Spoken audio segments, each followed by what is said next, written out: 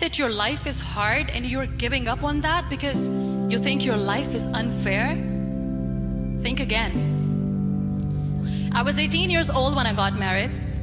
I belonged to a very conservative family, a Baloch family, where good daughters never say no to their parents. My father wanted me to get married, and all I said was, if that makes you happy, I'll say yes. And of course, it was never a happy marriage. Just about after 2 years of getting married, about 9 years ago, I met a car accident.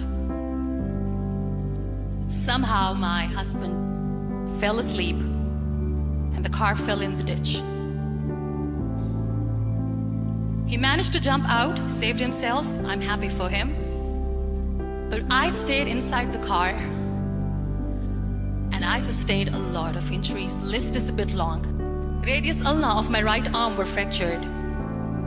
The wrist was fractured. Shoulder bone and collarbone were fractured. My whole rib cage got fractured. And because of the rib cage injury, lungs and liver were badly injured. But that injury that changed me and my life completely as a person and my perception towards living my life was the spine injury. 3 vertebrae of my backbone were completely crushed and I got paralyzed for the rest of my life. Many people came to rescue. They gave me CPR. They dragged me out of the car. And while they were dragging me out, I got the complete transection of my spinal cord. Those 2.5 months in the hospital were dreadful. I was at the verge of despair.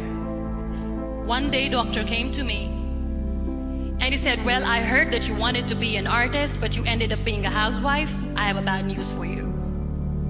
You won't be able to paint again. Next day, doctor came to me and said, your spine injury is so bad, you won't be able to walk again.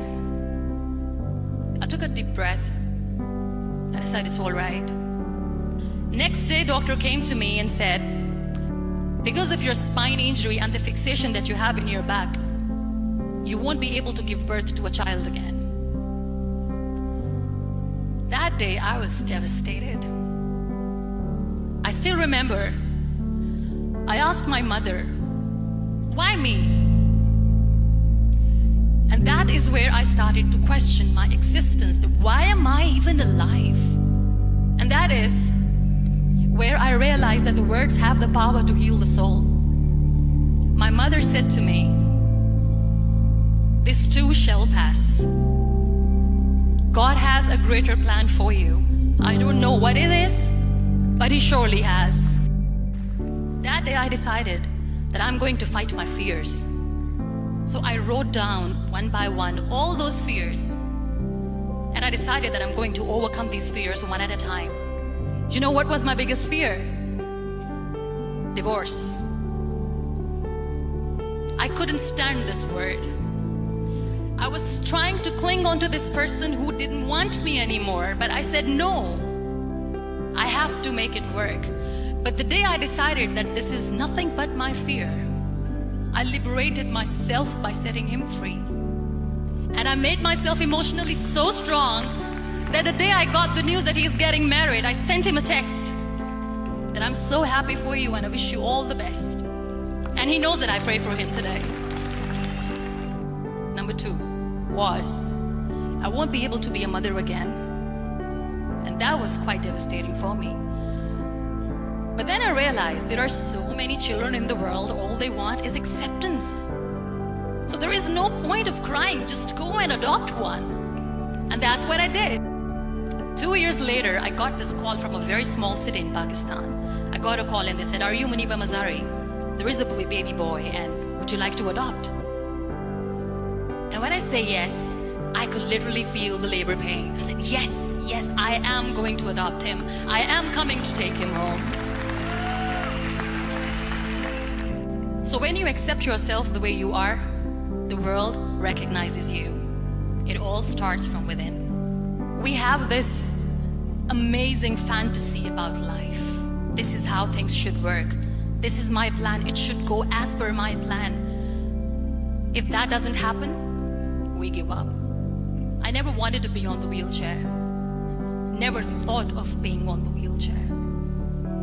This life is a test and a trial, and tests are trials are never supposed to be easy. So when you are expecting ease from life, and life gives you lemons, then you make the lemonade, and then do not blame life for that, because you were expecting ease from a trial. Trials make you a stronger, better person. Life is a trial, and with time you realize that. It is okay to be scared. It is okay to cry. Everything is okay, but giving up should not be an option. They always say that failure is not an option. Failure should be an option, because when you fail, you get up, and then you fail, and then you get up, and that keeps you going. There are so many people in the world who are dreaming to live a life that you are living right now. You have no idea. Embrace each and every breath that you are taking. Celebrate your life. Live it. Don't die before your death. Live your life fully. Accept yourself the way you are. Be kind to yourself. Real happiness lies in gratitude. So be grateful, be alive, and live every moment.